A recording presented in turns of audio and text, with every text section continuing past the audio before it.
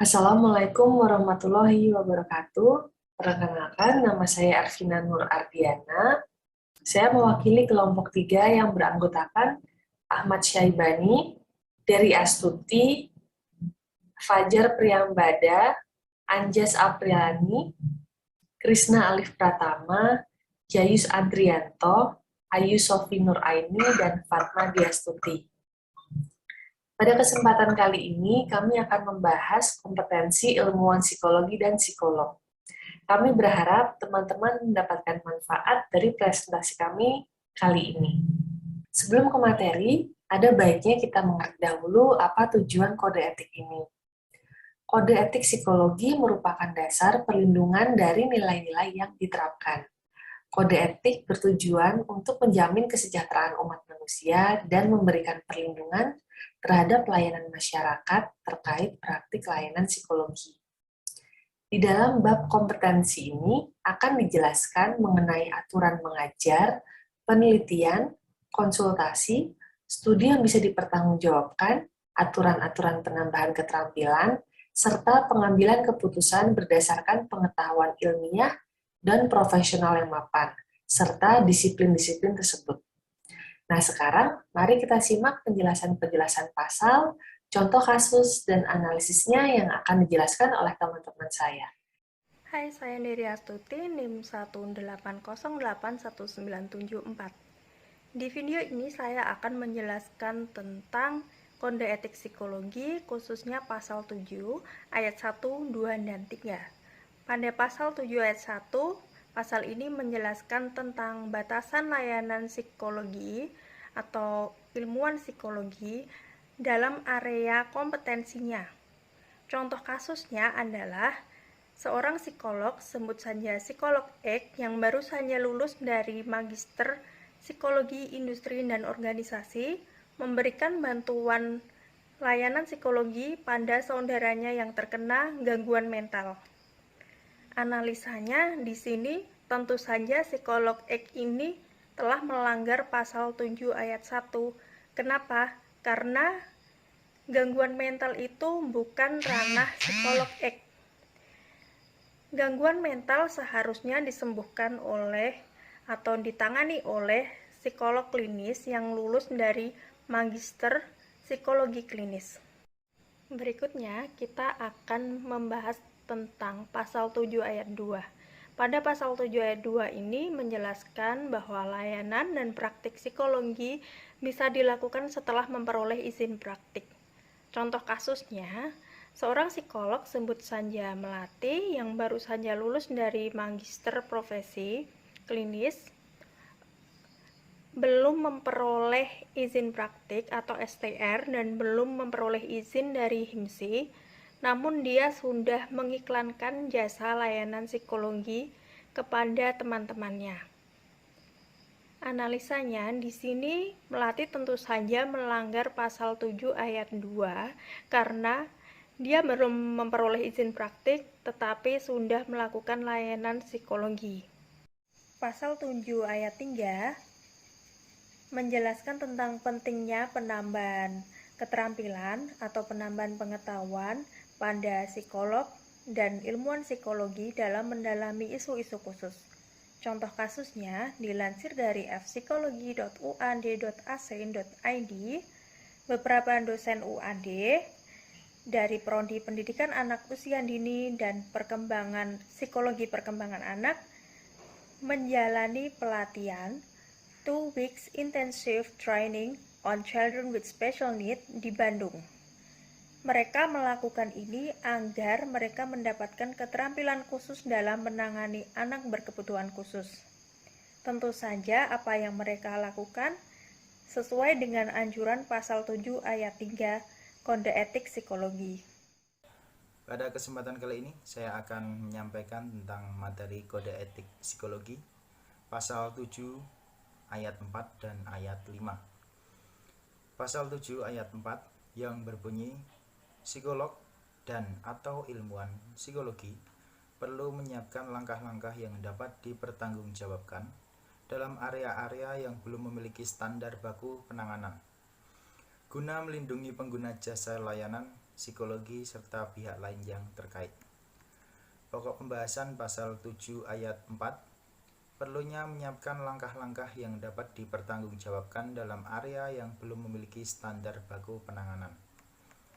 Untuk contoh kasus, seorang psikolog, sebut saja Mawar, merupakan lulusan baru magister profesi psikologi bidang klinis.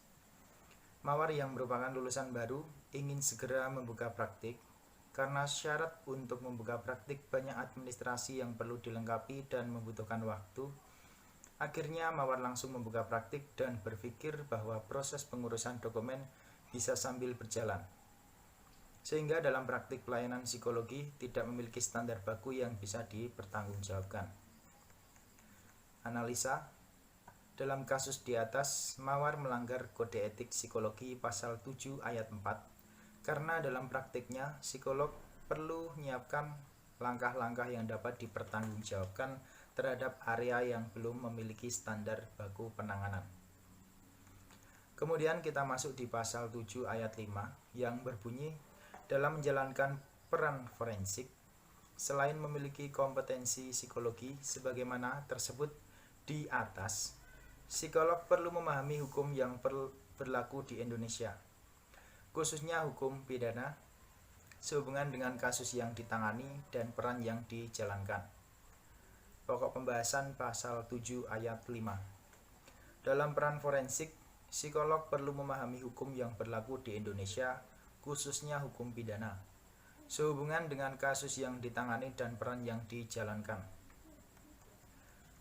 Untuk contoh kasus, inisial AS merupakan lulusan magister psikolog yang baru terjun di bidang forensik. Pada suatu hari, ia mendapatkan tugas untuk membantu kepolisian dalam proses pemeriksaan pelaku kasus pembunuhan seorang tunawisma.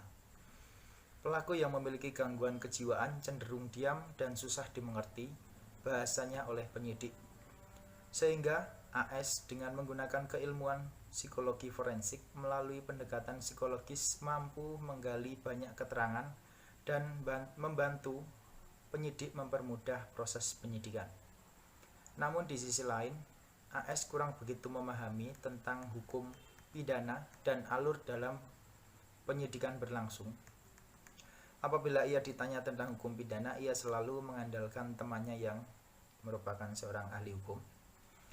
Ia merasa bahwa menjadi psikolog di bidang forensik tidak perlu mempelajari hukum pidana karena bukan ranahnya. Analisa, dalam contoh di atas, AS sukses membantu pihak kepolisian dalam proses pemeriksaan dan proses penyidikan pelaku pembunuhan. Namun di sisi lain, AS terlalu menyepelekan tentang hukum pidana. Hal ini AS melanggar kode etik psikologi pasal 7 ayat 5 yang psikolog perlu memahami hukum yang berlaku di Indonesia, khususnya hukum pidana, sehubungan dengan kasus yang ditangani dan peran yang dijalankan. Mungkin itu saja yang dapat saya sampaikan. Kurang lebihnya mohon maaf. Setelah ini akan dilanjutkan oleh rekan saya. Terima kasih. Baik teman-teman, pada kesempatan kali ini saya akan melanjutkan presentasi kode etik psikologi bab 3 kompetensi. Di sini akan memasuki pada pasal 8 yaitu peningkatan kompetensi. Jadi bunyi dari pasal 8 ini adalah peningkatan kompetensi psikolog dan atau ilmuwan psikologi wajib melaksanakan upaya-upaya yang berkesinambungan guna mempertahankan dan meningkatkan kompetensi mereka. Pokok pembahasan pada pasal 8 ini adalah upaya mempertahankan dan meningkatkan kompetensi psikolog dan ilmuwan psikologi. Di sini saya akan memberikan satu contoh pelanggaran kode etik psikologi pasal 8.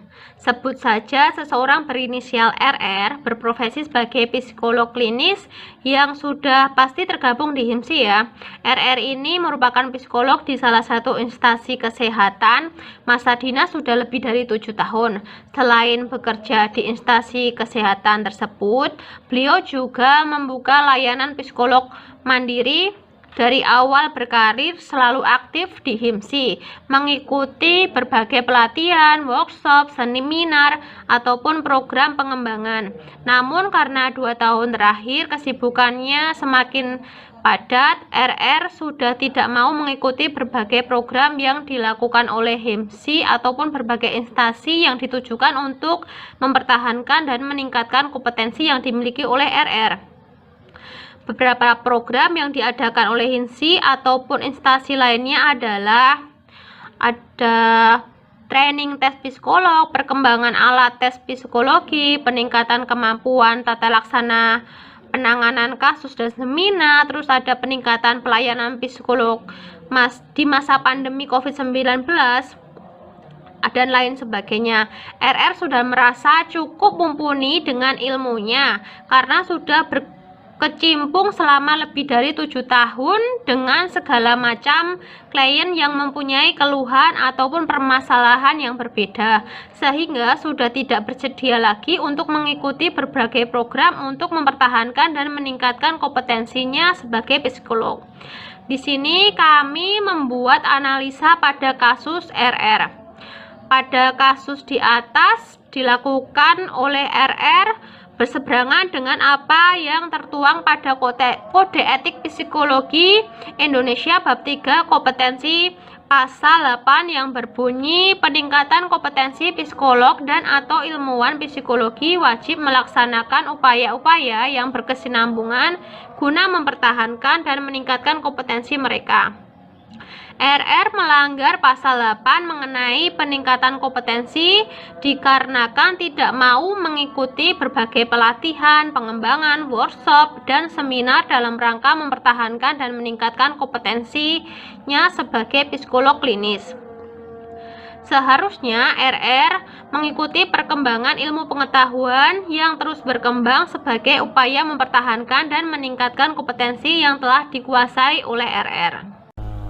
Nama saya Krisna Liv Pratama dengan NIM 19081054. Di sini saya akan mencoba menjelaskan tentang pasal 9 dari Kode Etik Psikologi Indonesia yang menjelaskan tentang dasar-dasar pengetahuan dan sikap profesional.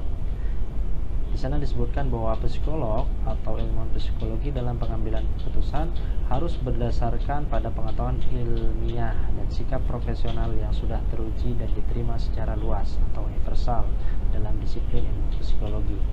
Jadi artinya seorang psikolog atau seorang ilmuwan psikologi tidak boleh asal-asalan dalam menentukan tindakannya dalam bidang psikologi, namun harus sesuai dengan pengetahuan ilmiah yang telah teruji secara universal. Berikut adalah contoh yang dapat saya berikan tentang pelanggaran kode etik pada pasal 9. Seorang psikolog didatangi oleh klien barunya, di mana klien barunya tersebut adalah seorang ibu yang ingin meminta tolong kepada psikolog tersebut agar anaknya yang baru saja berusia 6 tahun mendapatkan tes IQ, sehingga mereka dapat mengetahui kualitas IQ yang dimiliki oleh anaknya tersebut. Namun permasalahannya, psikolog tersebut kehilangan alat tes CPM-nya yang biasa dia gunakan untuk mengukur kualitas IQ anak-anak. Karena psikolog tersebut tidak ingin kehilangan kliennya, psikolog tersebut berusaha membuat kuis dan pertanyaan asal-asalan dan meminta anak tersebut untuk menjawabnya. Selepas itu, psikolog tersebut memberikan penjelasan kepada ibu dari anak tersebut terkait kualitas IQ anaknya yang hanya berdasarkan pada respon jawaban dari soal asal-asalan yang diberikan oleh psikolog tersebut. Dari hasil analisis kejadian di atas, terdapat pelanggaran kode etik yang dilakukan psikolog tersebut, di mana pada kasus tersebut, psikolog yang memberikan soal asal-asalan untuk mengetahui kualitas IQ seorang anak dapat dikatakan telah melanggar kode etik, di mana seharusnya alat tes yang digunakan oleh psikolog tersebut harus sudah teruji secara luas, universal, dan sudah diakui reliabilitas dan validitasnya, bukan soal yang asal-asalan seperti tadi. Lanjut pada pasal 10 tentang pendelegasian pekerjaan pada orang lain. Dalam pasal 10, psikolog dan atau ilmuwan psikologi yang mendelegasikan pekerjaan pada asisten, mahasiswa yang disupervisi, asisten penelitian, asisten pengajaran, atau kepada jasa orang lain seperti penerjemah, perlu mengambil langkah-langkah yang tepat untuk a. menghindari pendelegasian kerja tersebut kepada orang yang memiliki hubungan ganda dengan yang diberikan layanan psikologi, yang mungkin akan mengarah pada eksploitasi atau hilangnya objektivitas. B. Memberikan wewenang hanya untuk tanggung jawab di mana orang yang diberikan pendelegasian dapat diharapkan melakukan secara kompeten atas dasar pendidikan, pelatihan, atau pengalaman baik secara independen atau dengan pemberian supervisi hingga level tertentu. C. Memastikan bahwa orang tersebut melaksanakan layanan psikologi secara kompeten. Kemudian contoh kasusnya, di salah satu sekolah menengah pertama yang ada di kota Yogyakarta mengadakan tes psikologi bagi siswa kelas 9 yang akan melanjutkan sekolah ke SMA, SMK, atau MA. Lembaga yang mengadakan tes tersebut merupakan Biro Psikologi yang berkedudukan di ibu kota provinsi. Biro ini melakukan kerjasama dengan pihak sekolah dalam bentuk pelaksanaan tes psikologi. Tapi Biro hanya mengirimkan alat tesnya dan yang memberi instruksi, intervensi, dan supervisi adalah guru yang memiliki pendidikan strata 1 dalam bidang pendidikan. Lalu analisanya adalah kasus di atas melanggar kode etik dalam hal pendelegasian pekerjaan pada orang lain. Pelanggaran ini dilakukan oleh psikolog yang memimpin Biro Layanan Psikologi. Berdasarkan pasal 10 tersebut, psikolog memberikan kewenangan kepada guru dengan latar belakang sejarah sarjana pendidikan yang tidak mempelajari lebih dalam mengenai psikologi, tidak ada pelatihan ataupun pengalaman sebelumnya dalam melakukan asesmen, intervensi, dan supervisi. Selain itu, psikolog juga hanya mengirim alat tes tanpa memastikan bahwa guru tersebut melaksanakan tugasnya secara kompeten atau tidak. Maka dari itu, seharusnya psikolog tersebut mendelegasikan tugasnya pada asisten, mahasiswa yang disupervisi, asisten penelitian yang sudah mengikuti pelatihan, dan berpengalaman dalam melakukan tes psikologi. Halo, perkenalkan nama saya Angga Safiliani, NIM saya 1908 10502. Baik, di sini saya akan meneruskan penjelasan dari teman saya tadi. Teman-teman, di sini saya akan menjelaskan mengenai pasal 11 mengenai masalah dan konflik ya. Dijelaskan pada pasal 1 yaitu psikolog dan ilmuwan psikologi ini menyadari bahwa masalah dan konflik pribadi yang mereka alami ini dapat mempengaruhi profesionalisme dan efektivitas kerja mereka. Dalam hal ini psikolog diharapkan mampu menahan diri supaya tidak merugikan layanan psikologi serta pihak-pihak yang bersangkutan. Baik, akan menjelaskan mengenai contoh kasus pasal 11 tadi ya teman-teman. Di sini bisa dilihat dari pelanggaran kode etik oleh psikolog Haris Posma, yaitu seorang psikologi konsultan yang berkedudukan di Fakultas Psikologi, yang seharusnya psikolog ini tidak memberikan atau pencemaran nama baik. Nah, dijelaskan dalam kasus ini bahwa beliau ini sudah mencemarkan nama baik sehingga merugikan. Seperti itu. Analisa kasus dalam contoh pelanggaran kode etik ini pada yang bersangkutan, yaitu dicontohkan seorang psikolog yang bernama Haris Posma melakukan pelanggaran kode etik pada pasal 11 ayat 1. Ini dituliskan dalam hal ini psikolog dan ilmuwan psikologi mampu menahan diri dan tindakan yang dapat merugikan pengguna layanan. Nah, sedangkan yang bersangkutan ini sangat merugikan seperti itu, yaitu dengan memanipulasi data psikologi dan melakukan pencemaran nama baik. Baik, sedikit singkat saja contoh dari kasus pasal 11 ayat 1. Terima kasih. Perkenalkan, saya Fajar Priyambada dengan NIM 1808111013. Di sini saya akan membahas tentang pasal 12 di ayat 1 dan juga ayat 2. Oke, kita akan mulai ya untuk pasal 12 ayat 1 terlebih dahulu. Saya bacakan untuk pasal 12 ayat 1. Di pasal 12 ayat 1 berbunyi, keadaan darurat adalah suatu kondisi di mana layanan kesehatan mental dan atau psikologi secara mendesak dibutuhkan tetapi tidak tersedia tenaga psikolog atau ilmuwan psikologi yang memiliki kompetensi untuk memberikan layanan psikologi yang dibutuhkan. Untuk contoh kasus dari pasal 12 ayat 1 ini adalah ketika terjadi bencana tsunami di sebuah pulau di mana akses ke pulau itu tergolong sulit ya. Nah, seperti itu tentu bencana alam ini menimbulkan banyak korban jiwa. Dan korban jiwa ini bisa dari anak-anak hingga orang dewasa atau orang tua. Tentu permasalahan yang muncul tidak hanya permasalahan secara fisik, tetapi adanya atau munculnya melalui observasi yang dilakukan tentu muncul gangguan psikologis, khususnya depresi dan juga trauma yang dialami oleh para korban, baik itu menimpa pada anak-anak, remaja, dewasa maupun yang sudah lansia, seperti itu. Nah, gangguan kesehatan mental yang muncul ini tidak bisa diabaikan. Oleh karena itu, berkaitan dengan analisa kasus terkait dengan contoh kasus untuk pasal 12 ayat 1 ini adalah layanan psikologis atau kesehatan mental tetap perlu diberikan kepada orang yang sedang mengalami gangguan psikologis seperti pada korban bencana alam dan membutuhkan pertolongan pertama karena kondisi yang mendesak atau darurat tersebut. Jadi, ketika kondisi mendesak atau keadaan darurat, pertolongan psikologis tetap perlu diberikan kepada korban seperti pada kasus korban bencana alam, sehingga permasalahan psikologis yang mereka hadapi atau permasalahan emosional yang mereka hadapi itu bisa dikurangi sehingga mereka bisa merasa lebih baik seperti itu. Kemudian untuk pasal 12 ayat 2, di sini saya akan bacakan terlebih dahulu bunyi pasal 12 ayat 2. Dalam kondisi sebagaimana dimaksud pada ayat pertama, kebutuhan yang ada tetap harus dilayani, karena psikolog atau ilmuwan psikologi yang belum memiliki kompetensi dalam bidang tersebut dapat memberikan layanan psikologi untuk memastikan bahwa kebutuhan layanan psikologi tersebut tidak ditolak. Nah, dari pasal 12 ayat 2 ini kita akan bahas ya seperti apa. Kita akan beri contoh untuk kasus terkait dengan pasal 12 ayat 2. Contoh kasus untuk pasal 12 ayat 2 seperti ini.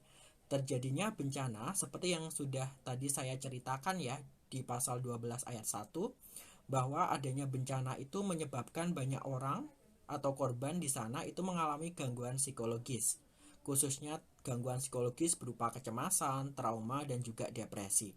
Di pulau tersebut tidak terdapat psikolog klinis, tidak terdapat psikiater maupun ilmuwan psikologi lainnya yang berkompeten. Sehingga Bintang yang merupakan psikolog pendidikan yang juga tinggal di pulau tersebut merasa terdorong untuk segera menuju lokasi kejadian atau di sini khususnya lokasi pengungsian dan bertemu para sukarelawan lain yang sudah memiliki latar belakang PFA. Ketika Bintang yang merupakan psikolog pendidikan bertemu dengan sukarelawan, seorang mahasiswa psikologi dengan bekal ilmu PFA, Psychological First Aid, di sana mereka kemudian segera bergegas melakukan observasi wawancara kepada para korban di pengungsian.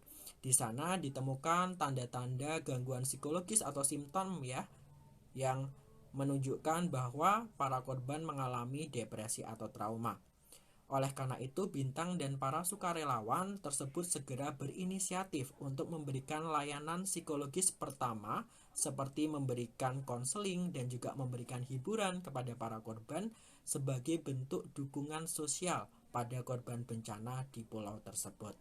Nah, kemudian dari contoh kasus pasal 12 ayat 2 tersebut, di sini kita perlu untuk menganalisa dari contoh kasus tersebut. Analisa dari kami, psikolog dan atau ilmuwan psikologi yang belum berkompeten, seperti Bintang dan sukarelawan lain yang telah mendapatkan pelatihan PFA atau Psychological First Aid, dapat memberikan layanan psikologi atau layanan kesehatan mental pertama ketika dalam kondisi mendesak atau keadaan darurat, seperti pada kasus bencana alam di contoh tersebut.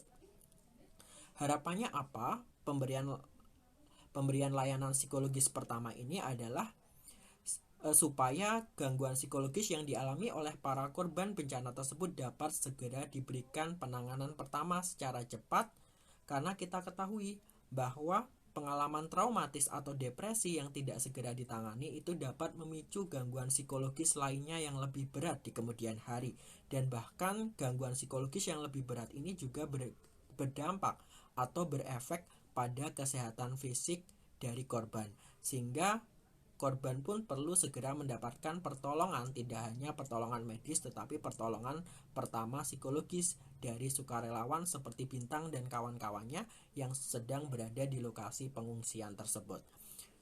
Nah, di sini apabila Bintang yang seorang psikolog pendidikan atau juga sukarelawan lainnya ya, seorang mahasiswa psikologi dengan bekal PFA, maka karena Psychological First Aid ini cocok ya untuk membahas atau untuk perbekalan terkait bantuan psikologis, maka mereka ini sangat kompeten.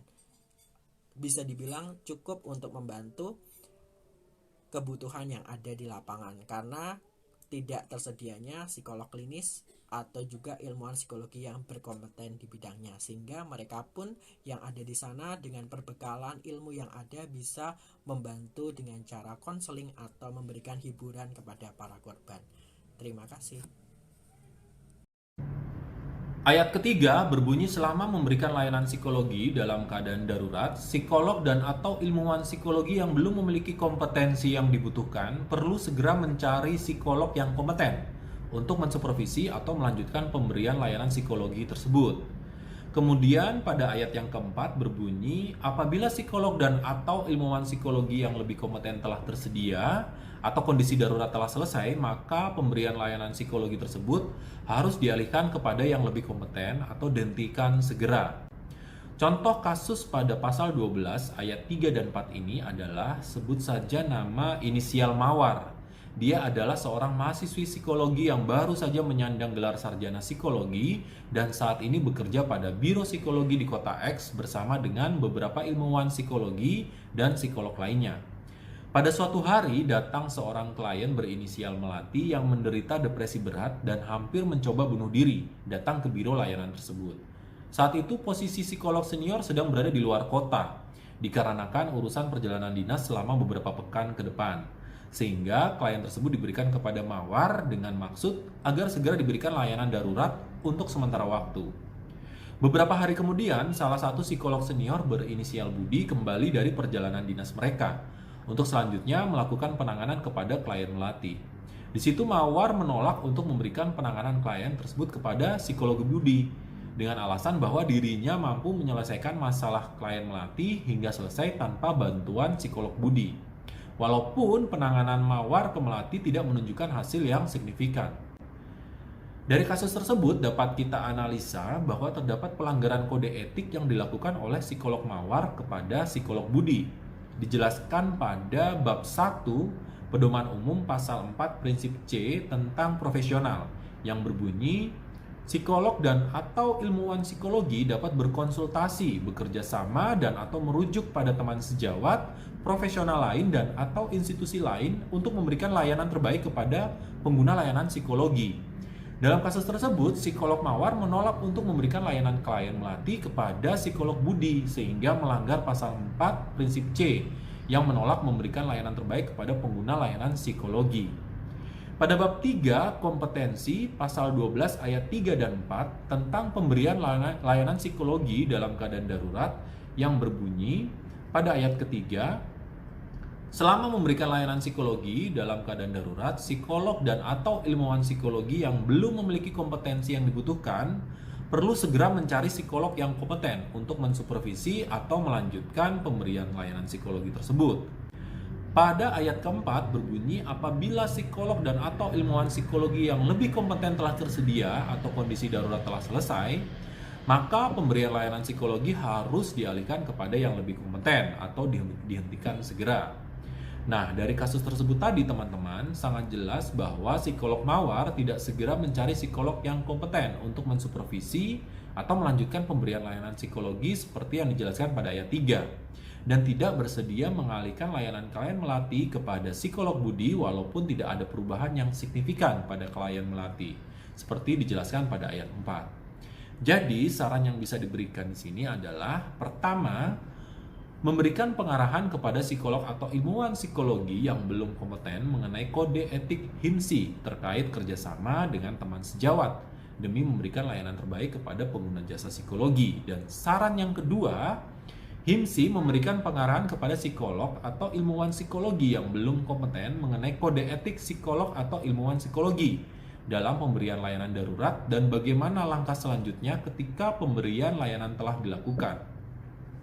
Nah, setelah menyimak video penjelasan teman-teman saya tadi, saya harap teman-teman menjadi lebih bisa mengerti mengenai bab kompetensi di kode etik psikologi. Kesimpulan yang bisa kita ambil, pada pasal 7 mengenai ruang lingkup kompetensi dijelaskan bagaimana psikolog dan ilmuwan psikologi hendaklah selalu meningkatkan kompetensi khususnya dalam kasus-kasus baru dan khusus. Di pasal 8 menjelaskan peningkatan kompetensi yang dapat dilakukan oleh psikolog dan ilmuwan psikologi. Di pasal 9 menjelaskan psikolog dan ilmuwan psikologi hendaklah bertindak berdasarkan pengetahuan ilmiah dan sikap profesional. Di pasal 10 mengenai pendelegasian pekerjaan pada orang lain. Psikolog dan ilmuwan psikologi hendaklah memastikan orang yang didelegasi mempunyai kompetensi dan senantiasa memantau dan mensupervisi. Di pasal 12 mengenai pemberian layanan psikologi dalam keadaan darurat. Psikolog dan ilmuwan psikologi hendaklah memberikan layanan psikologi walaupun tidak mempunyai kompetensi khusus, segera mencari kolega yang mempunyai kompetensi dalam kasus itu untuk dijadikan pembimbing atau mengalihkan layanan psikologi kepada kolega yang lebih kompeten. Nah, sekian presentasi dari kelompok kami. Semoga bermanfaat untuk teman-teman yang menyaksikan. Terima kasih dan wassalamualaikum warahmatullahi wabarakatuh.